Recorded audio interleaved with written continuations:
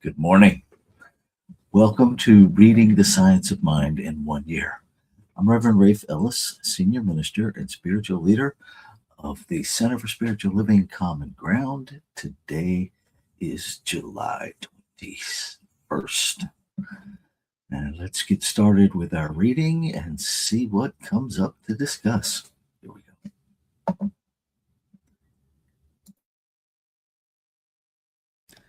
Reading for July 21st, Science of Mind, A Philosophy, a Faith, a Way of Life by Ernest Holmes. Reading from page 301, paragraph 3, through page 302, paragraph 3, using inclusive language. We live in mind, and it can return to us only what we think into it. No matter what we do, law will always obtain. If we are thinking of ourselves as poor and needy, then mind has no choice but to return what we have thought into it. It is done unto you as you believe. Thoughts of failure, limitation, or poverty are negative and must be counted out of our lives for all time. God has given us a power and we must use it. We can do more towards saving the world by proving this law than by all charity has ever given to it. Remember, God is the silent power behind all things, always ready to pour into our experience that which we need. We must have a receptive and positive faith in the evidence of things not seen with the physical eye, but which are eternal in the heavens. All is mind, and we must provide a receptive avenue for it as it passes out through us into the outer expression of our affairs. If we allow the world's opinion to control our thinking, then that will be our demonstration. If, on the other hand, we rise above the world, we shall create a new pattern. It is quite necessary, then, that the successful business person should keep their mind on thoughts of happiness, which produce cheerfulness instead of depression. They should radiate joy and should be filled with faith, hope, and expectancy. These cheerful, hopeful attitudes of mind are indispensable to the one who really wants to do things in life. Declare your freedom. Know that no matter what others may say, think, or do, you are a success now, and nothing can hinder you from accomplishing your good. All the power of the universe is with you. Feel it, know it, and then act as though it were true. Begin to blot out, one by one, all false beliefs, all ideas that people are limited, poor, or miserable. Refuse to think of failure or to doubt your own power. See only what you wish to experience and look at nothing else. We are relieved of all thought of clinging to anybody or anything. Cannot the great principle of life create for us all that we need? The universe is inexhaustible. It is limitless, knows no bounds, and has no confines. We are not depending on a reed shaken by the wind, but on the principle of life itself, for all that we have or ever shall need. It is not some power or a great power, it is all power. All we have to do is to believe, never wavering, no matter what happens. As we do this, we shall find that things are steadily coming our way and that they are coming without that awful effort which destroys the peace of mind of the majority of humanity. We know that there can be no failure in Creator's mind, and this mind is the power on which we are depending.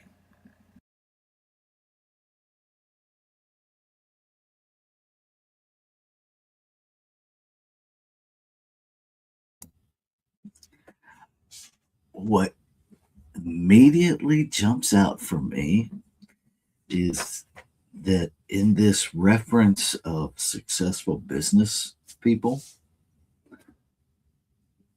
it doesn't talk about any of the business principles that one would expect to think about to establish a successful business.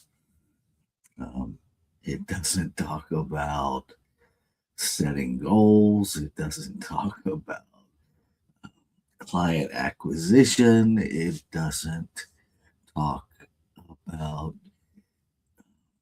price margins and profitability ratios. It doesn't talk about any of that. It doesn't even talk about business. It invites us to keep our mind on thoughts of happiness, radiate to actually radiate joy and be filled with faith, hope, and expectancy. These cheerful, hopeful attitudes of mind are indispensable to the one who really wants to do things in life.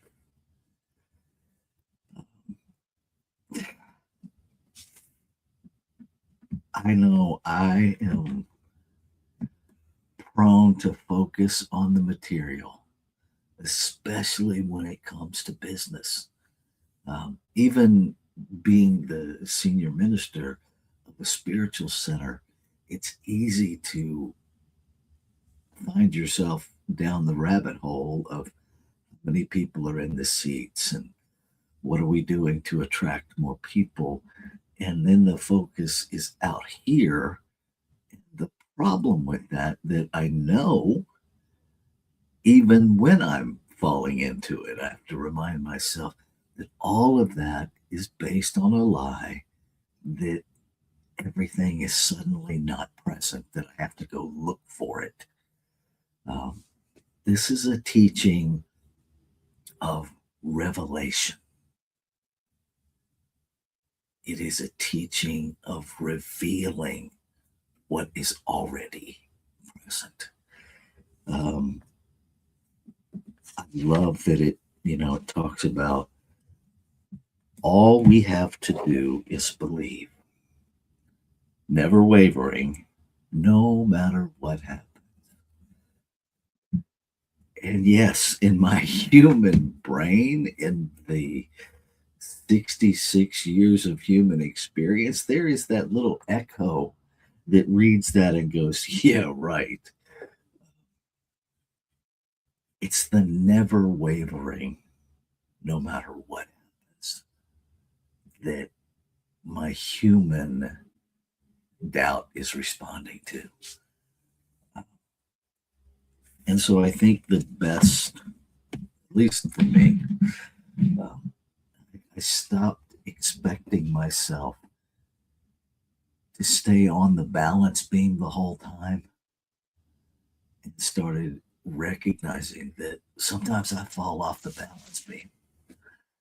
And maybe it's more about how quickly I notice that I'm off the balance beam and how quickly I'm willing to get back up on the balance beam, even when I don't feel secure in my balance. That that for me is that never wavering no matter what. The wavering comes when I'm unwilling to get back on the beam. Not that I'm questioning my ability to stay, my human ability to stay on path, on course. But when I doubt the course, when I doubt the path, that's the wavering for me. And so this reminds me um, to believe what I believe, to say what I believe, to do what I believe, to live in alignment with my beliefs, and to recognize that even when I've gone sideways, I'm living what I believe. And that's the power of this teaching because it reminds me, oh, I get to change that belief because life is always mirroring back to me what I'm believing. Always. Because it's what shows up in my life, it's what shows up in my perspective, because we see what we're looking from, not what we're looking for. So I'll just leave you with that to take into our time of meditation. We see what we're looking from, not what we're looking for. So let's take that into our time of meditation and contemplation.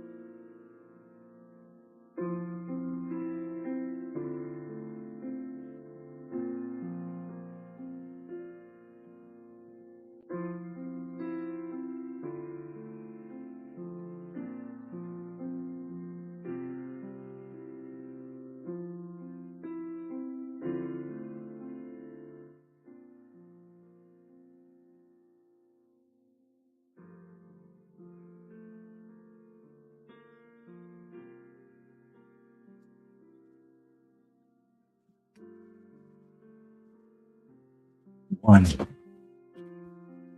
One power, everywhere present. One power that is the very source and substance of all life, of all creation, of all. One power, one life, one presence. Nameless, changeless, limitless.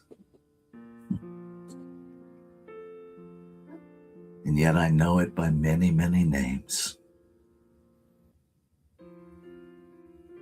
God, the great mystery, the infinite, the divine. By whatever name I call it, I recognize that it is that and so much more.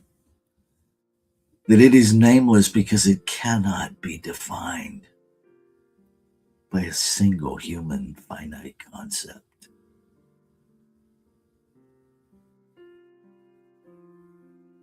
And as I remember that, as I recognize, as I know that again, I feel the resonance of that truth in my being. My being being the divine self, the substance of this one that I am recognizing itself as the substance of my being, as the individualization of itself expressing as this life that I am privileged and honored to live. So I recognize the one. I recognize that it is expressing itself individualized in the multiplicity of all life. And so it must be individualized as me, you, us, them, however we phrase it. Just like the infinite is nameless, we are nameless, and yet known by many names. And so I am confident by resonance, confident by vibration, confident by an undeniable identification with the wholeness of life. That my word is this infinite substance moving itself into manifestation, moving itself into the creative process that is the nature and activity of its being. I recognize that I am an individualized portal of it.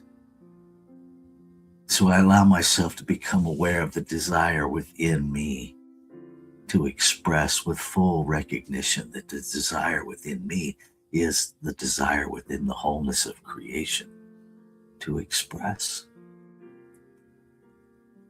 And so I affirm the awakening of humanity to its magnificence.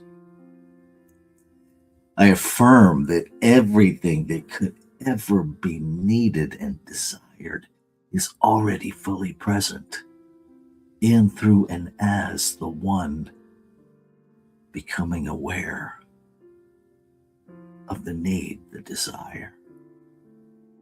I claim and affirm that right with that awareness comes the awareness that it's already present,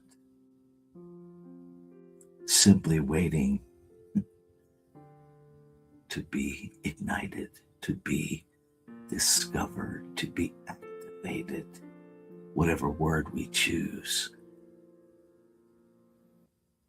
to simply know it is present, available, ours, for the asking. I claim and affirm that shifting from asking from a place of lack, from a place of ignorance that suggests that it's not already available, is coming to the surface in every expression of itself to be healed. That it comes into awareness simply to be healed. And that healing is instant the moment thought is corrected. So I affirm that everything is fully present. Everything is already now, here, available, present. I affirm that we each claim, that we each take ownership of what is ours. That we live from the happiness and joy, the sense of abundance that is our nature.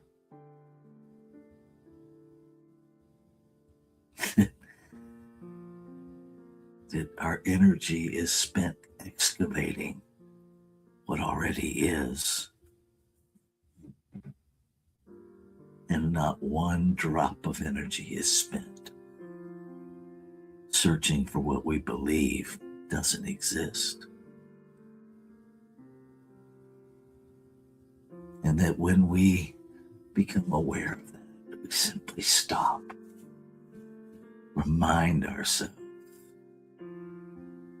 that it's already here, and choose to become aware of it. We get back on the balance beam, continue this beautiful, amazing journey of life. And I'm grateful. I'm grateful for the activity of law that only knows yes. That aspect, the activity of the creative process that my humanity relates to as the doer, that receives the desire, that receives the impress, that receives the belief, the thought, whatever word we call it, it receives that, instantly acts to make it so. It is that activity of the divine, yes. Yes. Yes. And so I know it's already done. And knowing it is already complete, I can let go. So I choose to let go. I release my word.